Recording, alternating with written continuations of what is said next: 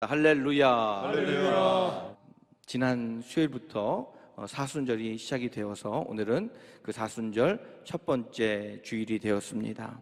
이 사순절은 예수님의 그 십자가의 고난에 함께 동참하기 위해서 우리 성도들이 먼저 하나님의 말씀을 읽고 또 기도하고 헌신하는 삶을 통해서 하나님께 더욱더 가까이 나아가는 절기가 바로 사순절입니다. 40일의 기간을 통해서 우리 사랑하는 주의 성도들은 더욱더 하나님께 가까이 나가고 주께서 주시는 은혜를 경험하는 그러한 좋은 시간으로 이 사순절기를 보내시기를 주님의 이름으로 간절히 축원합니다. 네.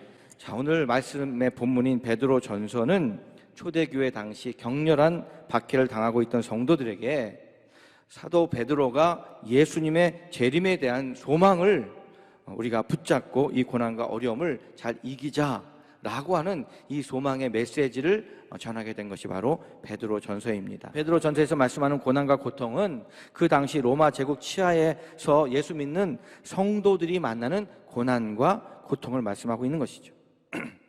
그래서 초대교회 성도들은 예수 믿는 그리스도인이라고 하는 이유로 사회에서 고립되고 가족들에게 비난받았습니다. 또 순교의 자리에까지 서기도 했습니다.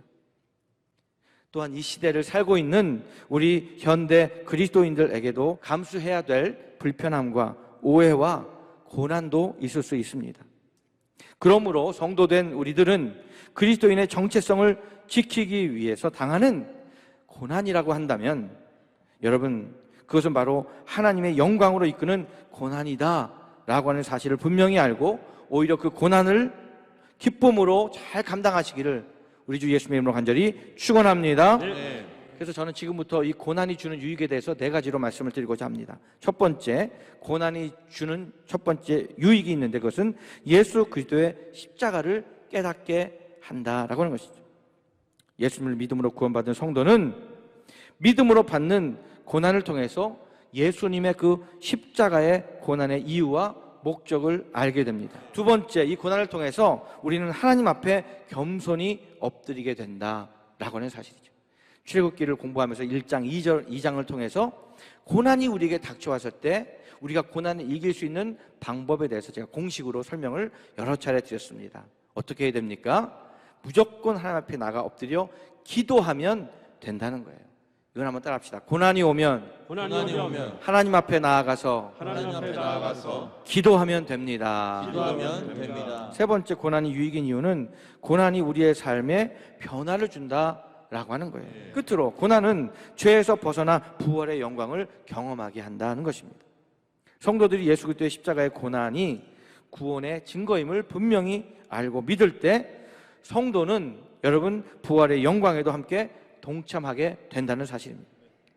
그래서 성도된 우리들은 먼저 내 믿음을 지키기 위해서 여러분 이 땅 가운데서 혹시라도 받는 고난이 있다면 그 고난을 통해서 여러분 더욱더 역사하시는 구원의 능력이 나타나는 이러한 놀라운 은혜들을 경험해야 될 것이고, 또한 이 믿음으로 성도들은 결국 우리가 최후의 승리자들이 될 것이다 라고 하는 이러한 믿음과 이런 은혜를 가지고 여러분 날마다 더욱더 끝까지 승리하는 우리 모든 성도들 다 되시기를 예수님의 이름으로 간절히 축원합니다. 아멘. 축원합니다.